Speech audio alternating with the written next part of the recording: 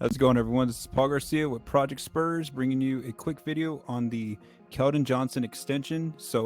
Recently, Shams Charania of The Athletic reported that Keldon Johnson will sign a 4-year extension for $80 million, so about $20 million annually. He hasn't officially signed the extension as of Sunday evening when I am recording this video. But once he does sign the extension, we'll actually get the actual contract numbers and see if it's front-loaded or back-loaded, etc. regarding the contract. So I want to just go through two questions today in this video. What could Keldon maybe have made next offseason had he gone into restricted free agency? And then number two is what is the future of the Spurs' cap sheet now that Keldon will get this extension? So let's first begin with that first question of what could Keldon maybe have gotten next offseason.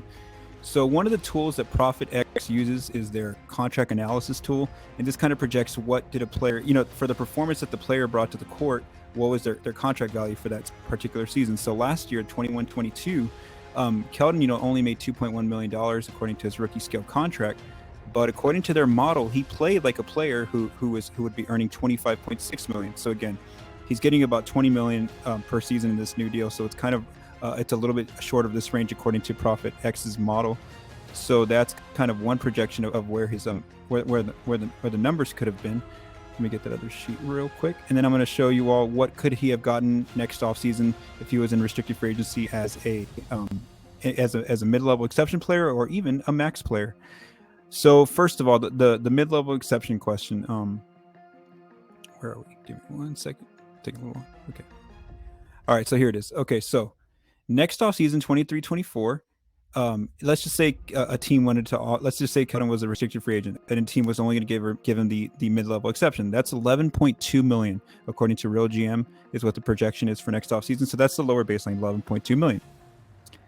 Now, let's just say Keldon has a great season this upcoming season. He ends up becoming an all-star. Just really takes off to another level, and then he goes into restricted free agency next offseason. And because he only has the experience, he would. Let's just say a team wanted to offer him a max offer. This would be 33 points. Again, if he ends up having a great season and really goes to another level next offseason, then his max number has been 33.2 million. But the Spurs, by getting on this 4-year extension now, they avoid this issue. Even if Keldon goes to another level next year or the year after, etc., because again they have him locked in now for the next 4 years for $20 million. It'll start to get interesting whenever his next extension is coming up, because then they could end up getting put back into that similar situation that they were in with DeJounte Murray most recently. But again, that's not for a few years down the road. So again, the contract looks very good according to the projections that Keldon was bringing. And again, when you look at where was his lowest amount, which would have been like the MLE, up to the highest amount, which would have been the max, it's kind of right there in the middle, and it's a little bit closer to that MLE. The next question I want to go through is, what is the Spurs' projected cap space for next offseason? Because this is a question I've been getting as well. So let's first begin with another question I've been getting as well on Twitter, and this is when does this extension start?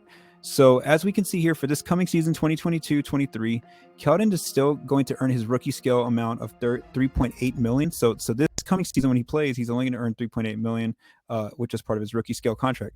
The extension doesn't kick in until next summer, so that's $20 million. Again, these are just estimates: $20 million, $20 million, $20 million. It's 4 years.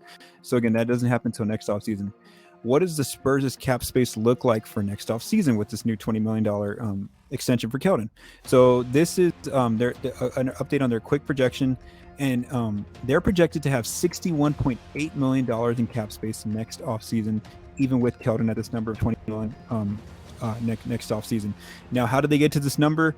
Number one, they would have to let all of their free agents go. So these are players like Jakob Poeltl, Josh Richardson. Maybe they would also have to waive Zach Collins, letting Trey Jones go, Keita Bates-Diop. So all those free agents next year and players on non-guaranteed deals, they would have to be waived in order for the Spurs to open up to $61.8 million.